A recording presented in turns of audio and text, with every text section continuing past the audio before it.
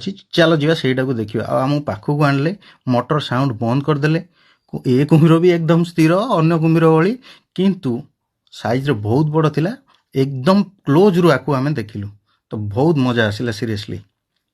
ତାପରେ ଭାଇଙ୍କୁ ଯେତେବେଳେ ପଚାରିଲୁ ଯେ ଭାଇ ଏଠି ଆକ୍ଚୁଆଲି ପାଣି କେତେ ହେବ, ତ ଭାଇ କହିଲେ ପାଖାପାଖି 30ରୁ 40 ଫୁଟ, 30ରୁ 40 ଫୁଟ ଅର୍ଥାତ୍ 3 ମହଲାରୁ 4 ମହଲା ପାଣି।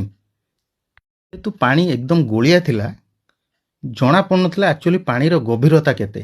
ଆଉ ଏ ଯେଉଁ ସାଇଡ଼୍ରେ ଆପଣ ଦେଖୁଛନ୍ତି ଏ ଯେଉଁ ସନ୍ତସନ୍ତିଆ ଜାଗା, ଯେତେବେଳେ ଭାଇଙ୍କି ଆମେ ପଚାରିଲୁ ଯେ ଭାଇ ଏଠି ଯେଉଁ ହରିଣମାନେ ଏଠି ବୁଲୁଛନ୍ତି, ଆପଣମାନେ ବି ଦେଖିପାରୁଥିବେ ଏଠି 4-5ଟା ହରିଣ ଏଠି ବୁଲୁଛନ୍ତି, ଏମାନେ ଏ ମାଟିରେ ଦବି ଯାଉନାହାନ୍ତି? ନା ନା ନା ନା ନା, ସେ ଟିକେ ସେପଟକୁ ଅଛନ୍ତି। ଯଦି ପାଖାପାଖି ଆସିବେ ନା ସେମାନେ ସେଥିରେ ଦବିଯିବେ। ଆଉ ଯଦି ଗୋଟେ ମଣିଷ ଏ ଯେଉଁ କୂଳରେ ଏ ଯେଉଁ ସନ୍ତସନ୍ତିଆ ମାଟି ଅଛି ଯଦି ଛିଡ଼ା ହୁଏ, ପାଖାପାଖି ଅଣ୍ଟା ପର୍ଯ୍ୟନ୍ତ ଦବିଯିବ। ଅଣ୍ଟା ପର୍ଯ୍ୟନ୍ତ, ଯଦି ଅଣ୍ଟା ପର୍ଯ୍ୟନ୍ତ ଗୋଟେ ମଣିଷ ଦବିଯିବ, ଭାବନ୍ତୁ ତାର ଅବସ୍ଥା କ'ଣ ହେବ। ସେ ଆଉ ଇଞ୍ଚେ ବି ଗୋଟେ ଇଞ୍ଚ ମୁଭ୍ କରିପାରିବନି। କିନ୍ତୁ ଏଠି କୁମ୍ଭୀରଟି ମୁଭ୍ କରୁଛି, ଦେଖିପାରୁଥିବେ। କୁମ୍ଭୀରଟି ଆରାମସେ ଆସି ପାଣି କୂଳରେ ପହଞ୍ଚିଗଲା, ପାଣି ଭିତରକୁ ପଶିଲା। କିନ୍ତୁ ଯେହେତୁ ଆମର ବୋଟ୍ ସାଉଣ୍ଡ ଶୁଣିଲା, ବୋଧହୁଏ ସେ ସେଇଠି ରହିଗଲା। ଆଉ ଅପର ପାର୍ଶ୍ୱରେ ଦେଖନ୍ତୁ ଏଠି ହରିଣଟି ଛିଡ଼ା ହେଇଛି ଖୁବ୍ ସୁନ୍ଦର ଭାବେ। ତ ଦୁଇ ପାର୍ଶ୍ୱର ଭ୍ୟୁ ଏକଦମ ବଢ଼ିଆ ଥିଲା। ସେଠି ଗୋଟେ ଲୁଚିକି ରହିଛି ହରିଣଟେ ସେ ଗଛ ଭିତରେ। ଏଠି ଦେଖନ୍ତୁ ଗୋଟେ ବଡ଼ ହରିଣ ଅଛି, ଏଇଟା ଆକ୍ଚୁଆଲି ମେଲ୍ ହରିଣଟା, ଦେଖିପାରୁଥିବେ ଆପଣ କେତେ ବଡ଼ ସିଂହ ତାର। ତ ବହୁତ ମଜାଦାର ସିନେରୀ ଥିଲା। ଆଉ ଭାଇମାନଙ୍କୁ ସେଠି ସମସ୍ତଙ୍କୁ ମାନେ ଗୋଟେ ଏକଦମ ଭାଇବ୍ ଆସିଲା, ଏକଦମ ମଜା ଆସିଲା। ତା ଭିତରେ ସମସ୍ତେ ଗୋଟେ ପରେ ଗୋଟେ କୋଶ୍ଚିନ୍ ପଚାରି ଚାଲିଥାନ୍ତି ସେ ଭାଇକି, ସେ ଭାଇ ଗୋଟେ ପରେ ଗୋଟେ ଉତ୍ତର ଦେଇ ଚାଲିଥାନ୍ତି।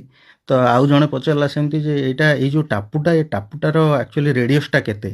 ତ 700 ସମଥିଙ୍ଗ ଏମିତି କେତେ ସ୍କୋୟାର ଫିଟ୍ କହିଥିଲେ।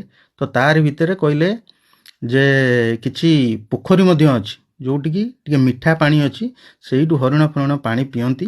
କାରଣ ଆମର କୋଶ୍ଚିନ୍ ଥିଲା ଆକ୍ଚୁଆଲି ଏଠି ଯେଉଁ ହରିଣମାନେ ଅଛନ୍ତି ଯଦି ଏଇଠୁ ପାଣି ପିଉଥିବେ, ତାହେଲେ ତ କୁମ୍ଭୀରମାନେ ସେମାନଙ୍କୁ ଖାଇଯିବେ। ତ ହରିଣ ରହୁଛନ୍ତି କେମିତି?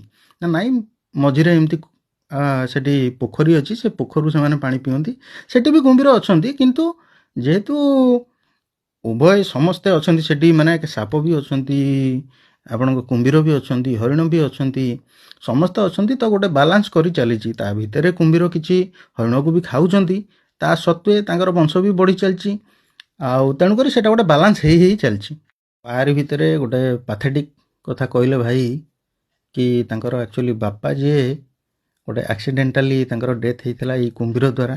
ଶୁଣିକି ଭାରି ମନ କଷ୍ଟ ଲାଗିଲା। ଏଠି ଦେଖନ୍ତୁ କେତେ ଲୋକ ସବୁ ୱେଟ୍ କରିଛନ୍ତି, ବହୁତ ଲୋକ ୱେଟ୍ କରିଛନ୍ତି ଯେ ବୋଟ୍ ଆସି ଲାଗିଲେ ପୁଣି ସେମାନେ ଆସିବେ ବୁଲିବା ପାଇଁ, କାରଣ ସମୟ ପାଖାପାଖି